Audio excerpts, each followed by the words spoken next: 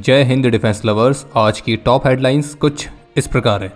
BrahMos missile 2 countries को export करने के भारत बेहद करीब। इसराइल की पार्टनरशिप के साथ इंडियन कंपनी भारत में बनाएगी इलेक्ट्रिक मिलिट्री व्हीकल। पाकिस्तान और लीबिया की एक बड़ी वेपन डील। और अमेरिका ने अनाउंस करी अभी तक की सबसे बड़े साइज की अपनी बैटलशिप्स की योजना।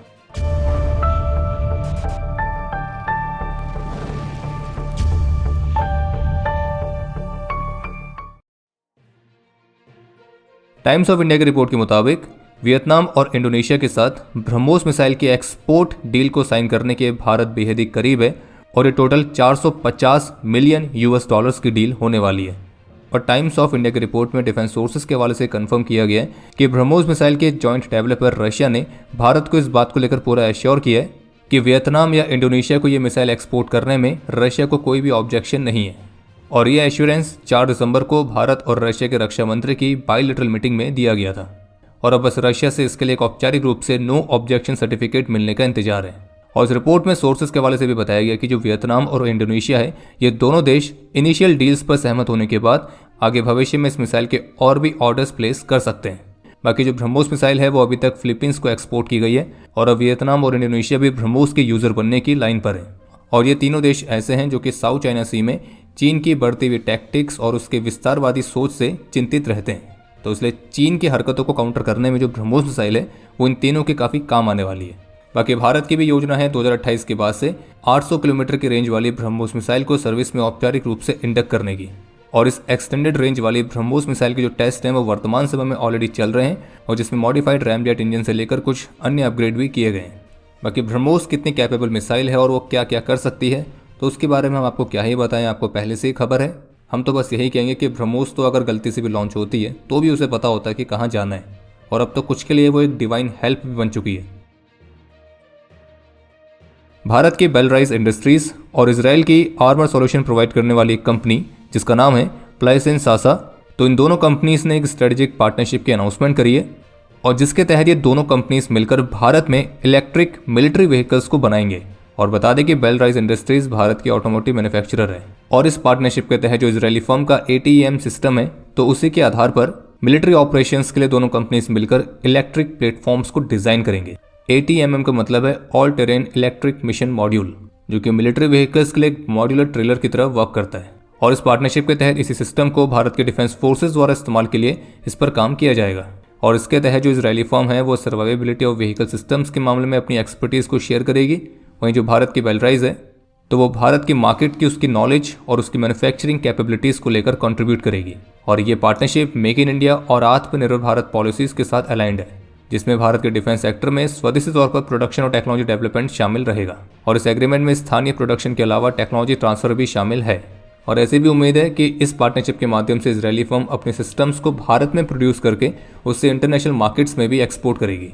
बाकी इलेक्ट्रिक व्हीकल्स मिलिट्री की एप्लीकेशंस में किस तरह से कारगर साबित हो सकते हैं, हो भी सकते हैं या नहीं हो सकते हैं, तो इस टॉपिक पर हमने एक डेडिकेटेड वीडियो पहले बनाई थी जो कि हमारे डिफेंस इनसाइट चैनल पर उपलब्ध है।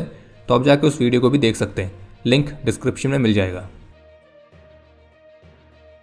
रॉयटर्स की तरफ से एक रिपोर्ट जारी की गई है जिसमें 4 पाकिस्तानी ऑफिशियल्स के हवाले से क्लेम किया गया है कि पाकिस्तान ने लीबिया के साथ मिलिट्री इक्विपमेंट की सेल के लिए एक डील करी है जिसकी वैल्यू $4 बिलियन के आसपास है और जिसके तहत पाकिस्तान लीबिया की फोर्सेस के लिए मिलिट्री इक्विपमेंट बेचेगा।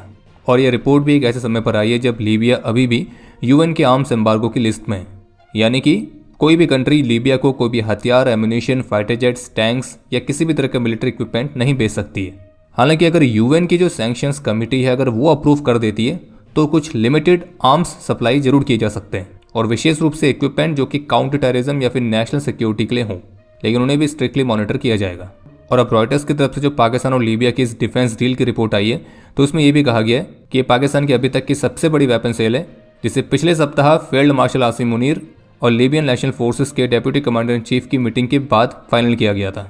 हालांकि लीबिया पाकिस्तानी ऑफिशियल्स की तरफ से इस डील के बारे में कोई खास डिटेल्स तो देखने को नहीं मिली है, लेकिन रॉयटर्स ने एक रिपोर्ट जारी करी जिसमें उसका कहना है कि इस डील के फाइनल होने से पहले इस डील की एक कॉपी उन्होंने देखी है जिसमें 16 JF-17 फाइटर जेट्स और 12 सुपर मुशक ट्रेनर एयरक्राफ्ट तो इनकी खरीद शामिल थी।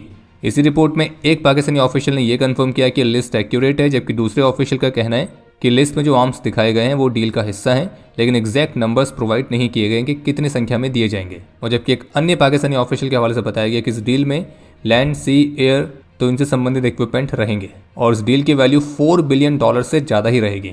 अब जैसे कि हमने आपको बताया कि जो लीबिया है उस पर तो यूएन आर्म्स एम्बार्गो लगा हुआ है और इस तरह के वेपन्स या इक्विपमेंट लीबिया को देने से पहले यूएन के अप्रूवल की रिक्वायरमेंट पड़ती है। तो अभी ये स्पष्ट नहीं किया गया है कि पाकिस्तान या लीबिया को यूएन से इस मामले पर किसी तरह की कोई छूट मिली है या नहीं। बाकी यहाँ लीबिया ने पाकिस्तान के साथ डिफेंस कोऑपरेशन एग्रीमेंट के साइन होने की बात को ऑफिशियली कंफर्म जरूर किया है। और एक और इंटरेस्टिंग अपडेट है कि जब पाकिस्तान के फील्ड मार्शल आसिम मुनीर ने लीबिया को विजिट किया था, जिस विजिट में ये डील फाइनल हुई थी, तो उसी विजिट की एक वीडियो भी सामने आई है जिसमें फील्ड मार्शल आसिम मुनीर ये क्लेम करते हुए दिखे हैं कि मई के महीने में जो भारत के साथ कॉन्फ्लिक्ट हुआ था तो उसमें पाकिस्तान की आर्म्ड फोर्सेस ने 90% स्वदेशी टेक्नोलॉजी का इस्तेमाल किया था। और तो उन्होंने ये भी क्लेम किया है कि उनकी जो एयरफोर्स है उसने तो भारत के Rafale, Miraj 2000, Sukhoi Su-30, MiG-29 और S-400 इन सभी को डिस्ट्रॉय किया था।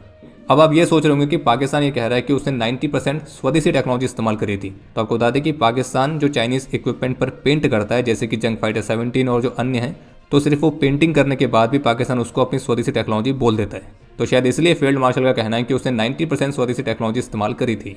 और जो क्लेम किया गया कि Rafale, Su-30, MiG-29, Miraj 2000, S-400 इन सभी को पाकिस्तानी एयरफोर्स ने शॉट डाउन किया, तो हमें लगता है कि इस लिस्ट में कुछ नाम अभी कम है। एक इंसिडेंट हुआ था जब पाकिस्तान के जंग फाइटर 17 ने मिसाइल लॉन्च करी थी, जो कि गलती से अपने टारगेट को मिस करके मार्स पर चले गई थी और वहाँ एक बहुत बड़ा गड्ढा हो गया।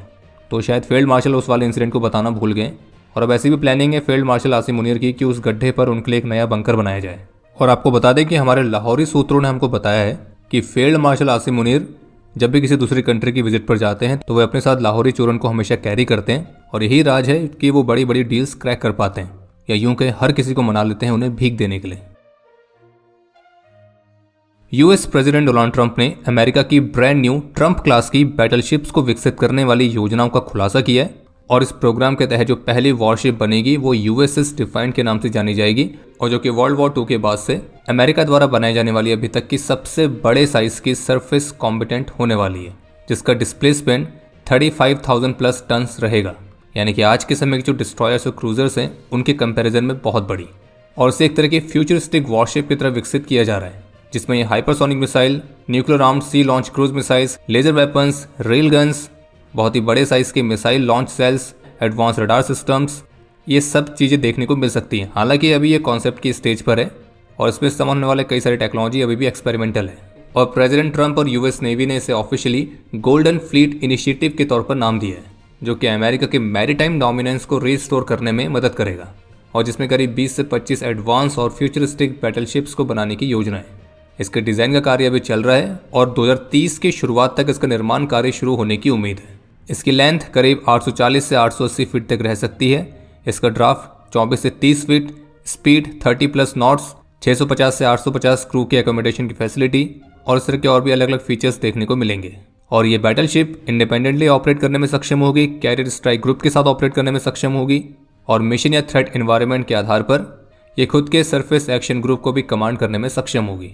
हालांकि वो बात अलग है कि यूएस की इस योजना को लेकर जो डिफेंस एक्सपर्ट्स हैं तो वो इसके प्रैक्टिकल इश्यूज को लेकर एक तरह से डिबेट में ही है और विशेष रूप से इस बात को लेकर डिबेट है कि आज के इस ड्रोन्स और सबमरीन्स के युग में क्या इस तरह की बैटलशिप्स की रिक्वायरमेंट है। तो इस पर आपके जो विचार है आप उसे कमेंट सेक्शन में शेयर कर सकते हैं।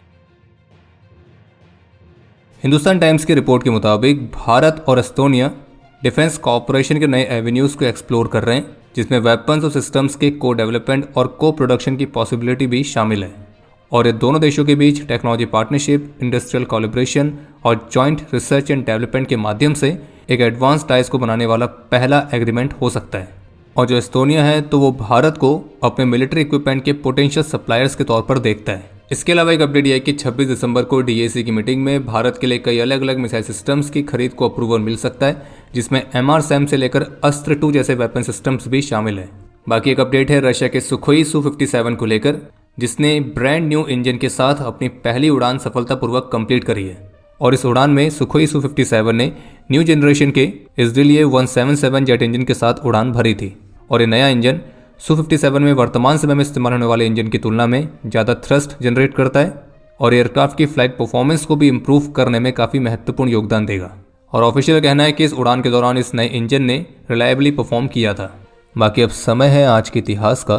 आज के दिन 2017 में जम्मू कश्मीर में देश के प्रति अपना कर्तव्य निभाते हुए major M Prafulla Ambadas, lance Naik Gurmel Singh, lance Naik Kuldeep Singh और सिपाही परगत सिंह ने अपना सर्वोच्च बलिदान दिया था।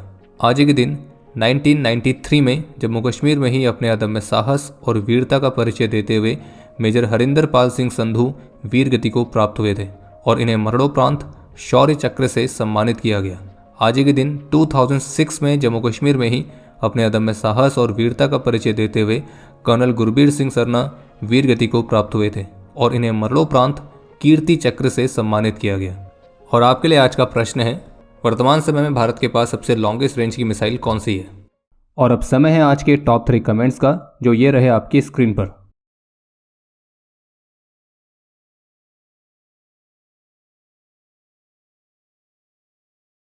उम्मीद है आपको आज का एपिसोड पसंद आया होगा। पसंद आया तो वीडियो को लाइक करना ना भूलें। आपके कोई भी सुझाव या सवाल हो तो उसके लिए कमेंट सेक्शन ओपन है। और अगर आप डिफेंस रिलेटेड और भी एक्सक्लूसिव कंटेंट में दिलचस्पी रखते हैं तो आज ही प्ले स्टोर से डिफेंस स्क्वाड की सुपर ऐप को डाउनलोड करना ना भूलें। और अगर आप चैनल पर पहली बार आए हैं तो squadron.in पे जाके हमारे नए डिज़ाइंस को भी चेकआउट जरूर करें। बाकी जल्द मिलेंगे नए एपिसोड के साथ। तब तक के लिए जय हिंद, जय भारत।